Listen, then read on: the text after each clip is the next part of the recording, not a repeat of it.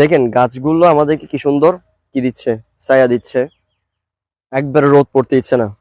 ভিতর ভিতর গরম লাগলেও কিন্তু উপর থেকে আমাদেরকে রোদের মানে তাপমাত্রাটা আমাদের গায়ে আসতেছে না। কেন? কারণ গাছটা আছে, গাছটা আমাদেরকে ছায়া দিচ্ছে। কি গাছটা যদি এখন কেটে ফেলি তাহলে এই এরিয়াটা, এই জায়গাটা পুরো কি হয়ে যাবে, রোদে ভরপুর হয়ে যাবে। তাহলে কি হবে, তখন রোদটা আরো গায়ের মধ্যে বেশি হয়ে যাবে।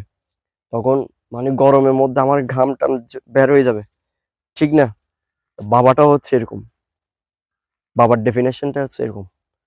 যদি বাবা যদি বেঁচে থাকে,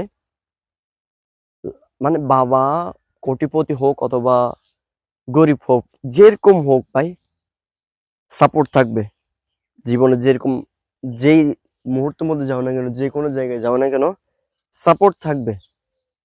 কিন্তু বাবা দরকার হলে কষ্ট করে হলো 24 ঘন্টা, দরকার হলে ঘাস কাটি হইলো অথবা রিক্সা চলা হলো, আমার যেটা প্রয়োজন সেটা আনি দিবে।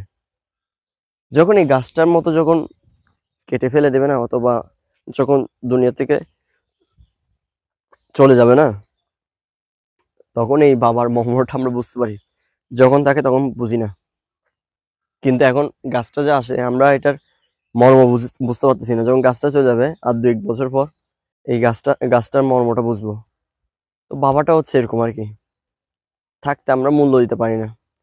যারা আমাকে ফলো করেন রীতিমতো, আমি তাদেরকে একটাই রিকোয়েস্ট করব যে বাবাকে, যাদের বাবাটা বেঁচে আছে তারা যেন বাবাকে বেশি প্রায়োরিটি দেয়। মারা গেলে, দুনিয়া থেকে চলে গেলে বাবাটাকে আর প্রায়োরিটি দিতে পারবেন না।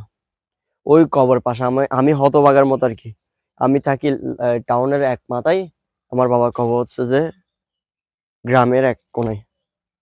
সো আমার থেকে আসা সম্ভব হচ্ছে না, হয়তো ব্যস্ততার কারণে, হয়তো পড়ালেখার কারণে, এইটা। তো সেজন্য বলতেছি থাকতে মূল্য দিতে হবে। আর আমার তো বয়স হওয়ার আগেই আমার বাবাটা দুনিয়া থেকে চলে গেছে। ক্লাস 8-এ থাকতে, যখন রেজাল্ট দিবে ক্লাস 8-এর, ওই সময় আমার বাবাটা চলে গেছে। তো যাই হোক, আমার আমি ম- আমি আমি সৈয়দ রেজার মতো হতভাগা আমি মনে করি আর নাই। তারপর আল্লাহ যাই করে ভালোর জন্য করে। হয়তো আমার মানে ভবিষ্যতে ভালো কিছু রাখছে, ওই কারণে বাবাটাকে নিয়ে গেছে। হয়তো আমাকে স্ট্রাগল করানোর জন্য বাবাটাকে নিয়ে গেছে, এটাই আর কি। তো বলবো বাবাটাকে যেন প্রায়োরিটি দেয়, বাবাটাকে যেন বেশি সাপোর্ট দেয়। আর বাবার সামনে, আমার সামনে যদি বাবাকে কেউ যদি অপমান করে, সেই যেই হোক, কোনো মন্ত্রী হোক বা ব্যারিস্টার হোক, যেই হোক, নোকের কোনা ময়লা মনে করবো না, এরকম যেন জজবা থাকে। বাবা যেরকম হোক ভাই, বাবা গাঁজাখোর হোক অথবা মদখোর হোক, যেরকম হোক, বাবা তো আমার, তাই না? আমি আমার বাবার মর্মটা বুঝি। কথা হচ্ছে এরকম, অনেকজন আছে বাবা মদ খায়, সিগারেট খায়, এই খায় সেই খায় বলে বাবাকে অবহেলা করে। এটা করবেন না। দিন শেষে জন্মদাতা বাবা তো। উনি যদি জন্ম না দিত, ওনার মাধ্যমে যদি জন্মটা যদি না হইতো আপনার, তাহলে আপনার তো কোনো অস্তিত্ব থাকতো না। তাহলে আপনি কিসব ভিত্তি করে বাবাটাকে ছেড়ে দিচ্ছেন?